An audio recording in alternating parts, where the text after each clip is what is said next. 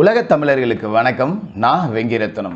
அண்ணா என்னை பெல்ட்டால் அடிக்காதீங்கண்ணா அப்படிங்கிற ஒரு குரல் தமிழ்நாட்டையே உலுக்குச்சு. ஒரு கல் நெஞ்சம் படைத்தவர்களை கூட கதற செய்த ஒரு குரல். அது மாதிரி தூக்கு தண்டனைகளுக்கு எதிரான மனநிலையில் இருக்கிறவர்கள் கூட இவனுங்களை எல்லாத்தையும் தூக்கில் போட்டு கொல்லணும், சுட்டு கொன்னடணும், இந்த மாதிரி மக்கள் எல்லாம் சாபம் விட்ட ஒரு சம்பவம் பொள்ளாச்சி பாலியல் வன்கொடுமை சம்பவம் அப்படிங்கிறது. இன்னைக்கு இந்த வழக்கில் தீர்ப்பு அப்படிங்கிறது கொடுக்கப்பட்டிருக்கு. குற்றம் சாட்டப்பட்ட 9 பேரும் குற்றவாளிகள் அப்படிங்கிறது. இந்த வழக்கில் எடப்பாடி பழனிசாமி அவர்கள் போட்ட ஒரு அதிரடி உத்தரவு அப்படிங்கிறத பற்றியும் நாம் பேச போகிறோம்.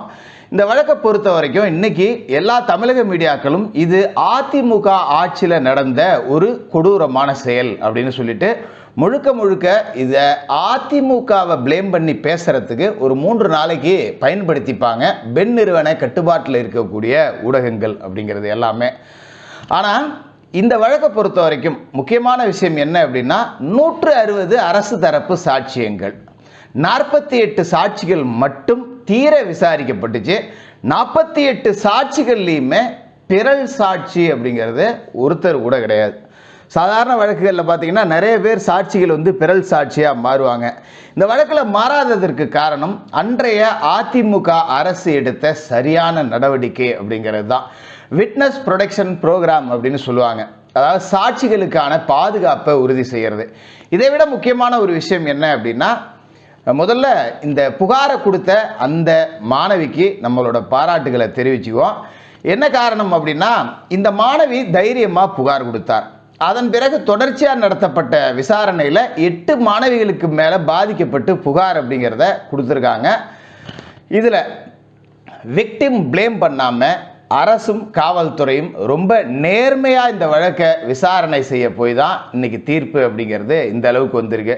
அதாவது அண்ணா பல்கலைக்கழக பாலியல் விவகாரத்தில் அந்த மாணவியை பற்றி நம்ம உடன்பிறப்புகள் பேசின வார்த்தைகள்லாம் நீங்கள் பார்த்துருப்பீங்க.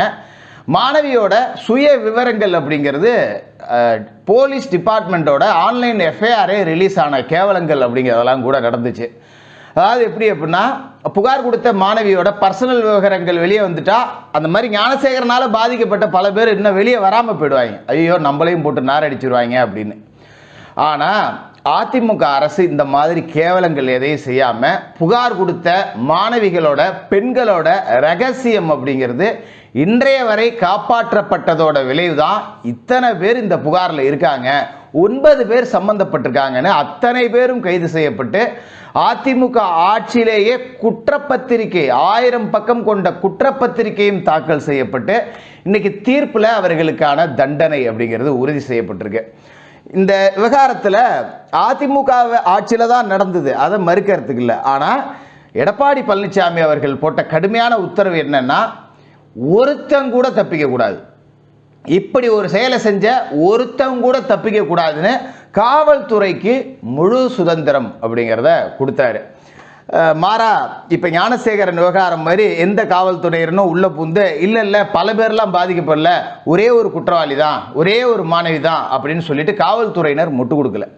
திமுகவினர் அவர்களோட ஆட்சிக்கு அவப்பெயர் வந்துடக்கூடாது அப்படிங்கிறதுக்காக விசாரணை செய்யாமலேயே யார் அந்த சார் அப்படிலாம் யாரும் இல்லை, ஒருத்தர் தான் சொல்லி அந்த ஞானசேகரன் விவகாரத்தில் எத்தனை பெண்கள் பாதிக்கப்பட்டிருக்காங்களோ தெரியல, அதை அமுக்கிட்டாங்க. பல பேர் பாதிக்கப்பட்டிருக்கலாம். ஞானசேகரன் ஒரே நாளில் போய் அன்னைக்கே சிக்கிக்கிட்டான் அப்படின்லாம் சொல்லிட முடியாது. பல பெண்கள் ஞானசேகரனால் பாதிக்கப்பட்டிருக்கலாம். ஆனால் திமுக அரசாங்கம் தனக்கு அவப்பெயர் வந்துடும், ஆட்சிக்கு அவப்பெயர் வந்துடும் அப்படின்னு சொல்லிட்டு காவல்துறையை பயன்படுத்திய ஒரே ஒரு நபர் தான் அப்படின்னு சொல்லி அந்த வழக்கை ஞானசேகரனை தாண்டி போகவே விடலை. ஆனால் எடப்பாடி பழனிசாமி அவர்கள் பொள்ளாச்சி விவகாரத்தில் தன்னோட ஆட்சிக்கு அவப்பெயர் வந்தாலும் சரி, இந்த வழக்கை தீர விசாரிங்கன்னு காவல்துறைக்கு முழு சுதந்திரம் கொடுத்திருந்தார். எத்தனை குற்றவாளிகள் இருந்தாலும் ஒருத்தங்க கூட தப்பிக்க கூடாது, அவர்களுக்கான தண்டனை உறுதி செய்யப்படணும் அப்படின்னு இருந்தார். அது மாதிரி புகார் கொடுத்தவர்களோட ரகசியம் அப்படிங்கிறது காக்கப்பட்டுச்சு. இங்கே அண்ணா பல்கலைக்கழக விவகாரத்தில் புகார் கொடுத்த மாணவியோட முழு தகவலும் வெளியே வந்துருச்சு. இப்போ இந்த திமுக ஆட்சி மாதிரி பொள்ளாச்சி விவகாரத்தில் எடப்பாடி பழனிசாமி செயல்பட்டு இருந்தாருன்னா, புகார் கொடுத்த மாணவியோட விவரம் வெளியில் வந்திருந்ததுன்னா மீதி 8 பெண்கள் வெளியில் புகார் கொடுக்கவே வந்திருக்க மாட்டாங்க. தனக்கு அவப்பெயர் வந்தாலும் சரி, தன்னோட ஆட்சியில் பெண்கள் பாதிக்கப்படக்கூடாது, பாதிக்கப்பட்டுட்டாங்க, அதற்கான நிவாரணம் அப்படிங்கிறது அவங்களுக்கு கிடைக்கணும், குற்றவாளிகள் தண்டிக்கப்படணும் அப்படிங்கிறதுக்காக காவல்துறைக்கு முழு சுதந்திரம் கொடுத்த எடப்பாடி பழனிசாமியோட வெற்றி தான் இந்த தீர்ப்பு அப்படின்னு நான் சொல்கிறேன். எத்தனை வேணாலும் உடன்பிறப்புகள் வேணாலும் வரட்டும், நேருக்கு நேர் விவாதம் பண்ணவும் நாம் தயாராக இருக்கோம். இந்த வழக்கு கடந்து வந்த பாதை அப்படின்னு பார்த்தீங்கன்னா, ஒரு பெண் புகார் கொடுத்த உடனேயே அதே 3 நாட்களில் 3 குற்றவாளிகள் கைது செய்யப்பட்டாங்க. இந்த 3 குற்றவாளிகள்கிட்ட நடத்தப்பட்ட விசாரணை, அந்த புகார் கொடுத்த பெண்ணோட ரகசியம் காக்கப்பட்டது, இதையெல்லாம் சேர்ந்து பாதிக்கப்பட்ட பெண்களை காவல் நிலையத்தை தேடி வர வச்சுது. அன்றைய காவல்துறையினர், எடப்பாடி பழனிசாமி அவர்களோட ஆளுமைக்கு கீழ் இருந்த காவல்துறையினர் விக்டிம் பிளேம் பண்ணாமல் ரகசியம் காத்தாங்க. இப்போ இந்த அண்ணா பல்கலைக்கழக மாணவி விவகாரத்தில் உடன்பிறப்புகள் என்ன எழுதுனாங்க, அந்த பொண்ணு எதுக்கு அங்கே போனா, ராத்திரி நேரத்தில் அவளுக்கு என்ன வேலை, அந்த மாதிரி கீழ்த்தரமாக கேவலமாலாம் அதிமுக ஆட்சியில் யாரும் பேசலை. பாதிக்கப்பட்ட பெண்கள் பக்கம்தான் நின்னாங்க, காவல்துறையினர் பக்கம்தான் நின்னாங்க. அப்போ கடுமையான விசாரணை அப்படிங்கிறது நடத்தப்பட்டு 8க்கும் மேற்பட்ட பெண்கள் தானாக காவல்துறை மேலே, அரசு மேலே நம்பிக்கை வச்சு புகார் கொடுக்க வந்தாங்க. அந்த புகாரின் அடிப்படையில் மொத்தம் 9 பேர் கைது செய்யப்பட்டாங்க. இந்த 9 பேரில் திருநாவுக்கரசு, சபரி இவர்கள்கிட்ட கைப்பற்றப்பட்ட ஐஃபோன்கள் மற்றும் லேப்டாப்புகள், இதுதான் இந்த வழக்கோட மிக முக்கியமான ஒரு சாட்சியாக இருந்திருக்கு. அவர்கள் எடுத்த வீடியோக்கள் எல்லாமே அவர்களோட ஐஃபோன்லேயும் லேப்டாப்லேயுமே இருந்திருக்கு. இதில் பல வீடியோக்கள், புகைப்படங்கள் டெலீட் செய்யப்பட்டிருக்கு. இதை நவீன டெக்னாலஜி மூலமாக டெலீட் செய்யப்பட்ட அத்தனை வீடியோக்களும் ரெக்கவர் செய்யப்பட்டு விஞ்ஞானபூர்வ ஆதாரமாக நீதிமன்றத்தில் தாக்கல் செய்யப்பட்டுச்சு. இந்த வழக்கில் அதிமுகவினர் இருக்காங்க, பொள்ளாச்சி ஜெயராமனோட பையன் இருக்கான் அப்படின்லாம் கண்டமணிக்கு நக்கீரன் கோபால் மாதிரியான நாதாரிகள்லாம் அந்த காலகட்டத்தில் வாந்தி எடுத்தாங்க. இன்னும் சொல்ல போனால் நக்கீரன் கோபால் 100க்கும் மேற்பட்ட வீடியோக்கள் என்கிட்ட இருக்குன்னு வீடியோவே போட்டிருந்தான். ஆனால் இந்த 100 வீடியோக்கள் ஒன்றை இருக்குன்னு சொல்கிறிய, சிபிஐ விசாரணைக்கு ஒத்துழைப்பாக இருக்கும், அதை கொண்டாந்து கொடுன்னு சொன்னப்போ நக்கீரன் கோபாலால் கொடுக்க முடியல. அப்போ நக்கீரன் கோபால் பேசியது எல்லாமே பொய்.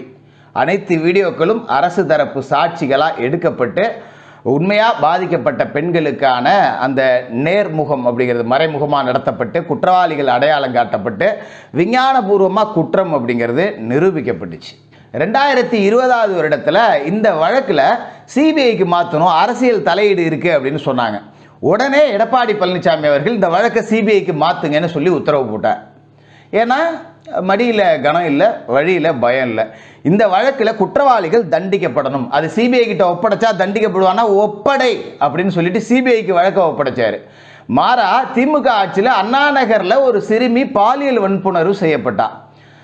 அந்த சிறுமியோட குடும்பத்தினர் புகார் செஞ்சப்ப அண்ணா நகர் மகளிர் காவல் நிலையத்தை சேர்ந்த பெண் இன்ஸ்பெக்டர் ராஜு அப்படிங்கிறவங்க குற்றவாளிக்கு ஆதரவாக செயல்பட்டு பாதிக்கப்பட்ட பெண்ணோட பெற்றோர்களையே நிர்வாணப்படுத்தி சித்திரவதை பண்ணாங்க. இந்த விவகாரம் வெளியே தெரிய வந்து நீதிமன்றம் தானா இந்த வழக்கை முன்னெடுத்து சம்பந்தப்பட்ட காவலர் அந்த காவல் ஆய்வாளர் இன்னைக்கு வரைக்கும் ஜெயிலில் இருக்கார். இதை ஒரு சிறப்பு வழக்காக நீதிமன்றம் எடுத்து தனியாக ஒரு குழு அமைச்சு இதை விசாரிச்சுது.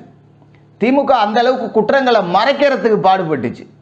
ஆனால் சிபிஐ விசாரணை கேட்ட உடனேயே பாதிக்கப்பட்டவர்களுக்கு நீதி தான் வேண்டும், அது சிபிஐயால் கிடைக்கும் அப்படின்னா நானே சிபிஐக்கு பரிந்துரைக்கிறேன்னு சொல்லி எடப்பாடி பழனிசாமி அவர்கள் அந்த வழக்கை சிபிஐ கிட்ட ஒப்படைச்சார். அதோடு இல்லாமல் 1000 பக்கங்கள் கொண்ட குற்றப்பத்திரிகை அப்படிங்கிறதும் 2020 வருடமே தாக்கல் செய்யப்பட்டுச்சு. குற்றப்பத்திரிகை அப்படிங்கிறது சரியான முறையில் தாக்கல் செய்யப்பட்டாலே அதிலிருந்து குற்றவாளிகள் தப்பிச்சு வெளியே வரவே முடியாது. அது மாதிரி பல வழக்குகளில் பிறல் சாட்சிகள் அப்படிங்கிறது இருக்கும். இந்த வழக்கில் 48 சாட்சிகள் அரசு தரப்பில் விசாரிக்கப்பட்டு 48 பேருக்கும் விட்னஸ் ப்ரொடெக்ஷன் ப்ரோக்ராமின் கீழ் பாதுகாப்பு கொடுக்கப்பட்டுச்சு எடப்பாடி பழனிசாமி அவர்களோட ஆட்சியில். அந்த 48 பேரும் பிறல் சாட்சியாக மாறாமல் தன்னோட சாட்சியில் உறுதியாக இருந்ததோட வெளிப்பாடு தான் இன்னைக்கு 9 குற்றவாளிகளுக்கும் தண்டனை அப்படிங்கிறது கிடைச்சிருக்கு. அது மட்டும் இல்லாமல் இந்த 9 குற்றவாளிகள் கைது செய்யப்பட்ட உடனேயே 9 பேருக்கும் குண்டர் சட்டம் போடப்பட்டுச்சு. குண்டர் சட்டம் அப்படிங்கிறது உடைஞ்ச பிறகு இந்த 9 பேரும் வெளியே வந்துடுவாங்க, அதிகபட்சம் 1 வருஷம் தான் இருக்க முடியும். ஆனால் குண்டர் சட்டம் போர்டில் உடைஞ்ச உடனே அதை எதிர்த்து சுப்ரீம் கோர்ட்டுக்கு மேல்முறையீட்டுக்கு தமிழக அரசு போச்சு. அதையும் எடப்பாடி பழனிசாமி ரொம்ப சரியாக செஞ்சார். இந்த குற்றவாளிகள் வெளியே வரக்கூடாது, வெளியே வந்தால் சாட்சிகளை மிரட்டுவாங்க, சாட்சிகளை கலைப்பாங்க, சாட்சிகளை பேரம் பேசுவாங்க அப்படிங்கிற வாதங்களை வலுவாக முன் வச்சு இன்றைய தினம் வரை இவர்களுக்கு ஜாமீன் கிடைக்காம கிட்டத்தட்ட 5.5 ஆண்டுகளாக சிறையில் இருக்காங்க. அப்படின்னா அதுக்கு முழு காரணம் எடப்பாடி பழனிசாமி அவர்களோட அரசு இந்த வழக்கை சரியான முறையில் கையாண்டது தான்.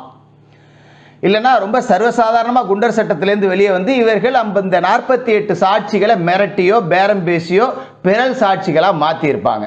ஏன்னா இதே வழக்கில் பாதிக்கப்பட்ட ஒரு பெண்ணோட சகோதரனை இந்த குற்றவாளிகள் சம்பந்தப்பட்ட தரப்பு தாக்குதல் நடத்துச்சு.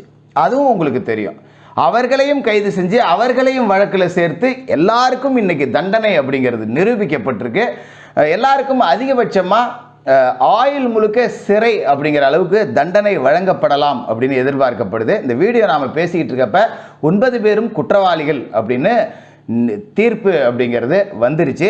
தண்டனை விவரம் அப்படிங்கிறது பின்னாடி சொல்கிறேன் அப்படின்னு சொல்லியிருக்காங்க. அநேகமாக இந்த வீடியோ நீங்கள் பார்க்குறதுக்குள்ளேயே தண்டனை விவரம் அப்படிங்கிறது வந்திருக்கலாம். எது எப்படியோ 9 பேருக்கும் ஆயுள் முழுக்க சிறை. தன்னோட ஆட்சியில் ஒரு மிகப்பெரிய தவறு நடந்தாலும் அந்த தப்பு நடந்து போச்சு, தப்பு செஞ்சவன் யாராயிருந்தாலும் தண்டிக்கப்படணும் அப்படின்னு நடுநிலை மாறாமல் காவல்துறைக்கு சுதந்திரமாக செயல்பட அனுமதித்து இந்த வழக்கை சரியான முறையில் எடப்பாடி பழனிசாமி அவர்களும் அன்றைய அதிமுக அரசின் காவல்துறையும் கையாண்டதோட வெளிப்பாடு தான் இந்த தீர்ப்பு. ஆனால் மற்ற மீடியாக்கள் இது அதிமுக ஆட்சியில் நடந்தது அப்படின்னு மட்டும்தான் பேசுவாங்க. அதுக்கு பின்னாடி அதிமுக அரசு செயல்பட்ட விதம் அப்படிங்கிறத யாரும் பேச மாட்டாங்க. எது எப்படியோ ஒரு நல்ல தீர்ப்பு அப்படிங்கிறது கிடைச்சிருக்கு.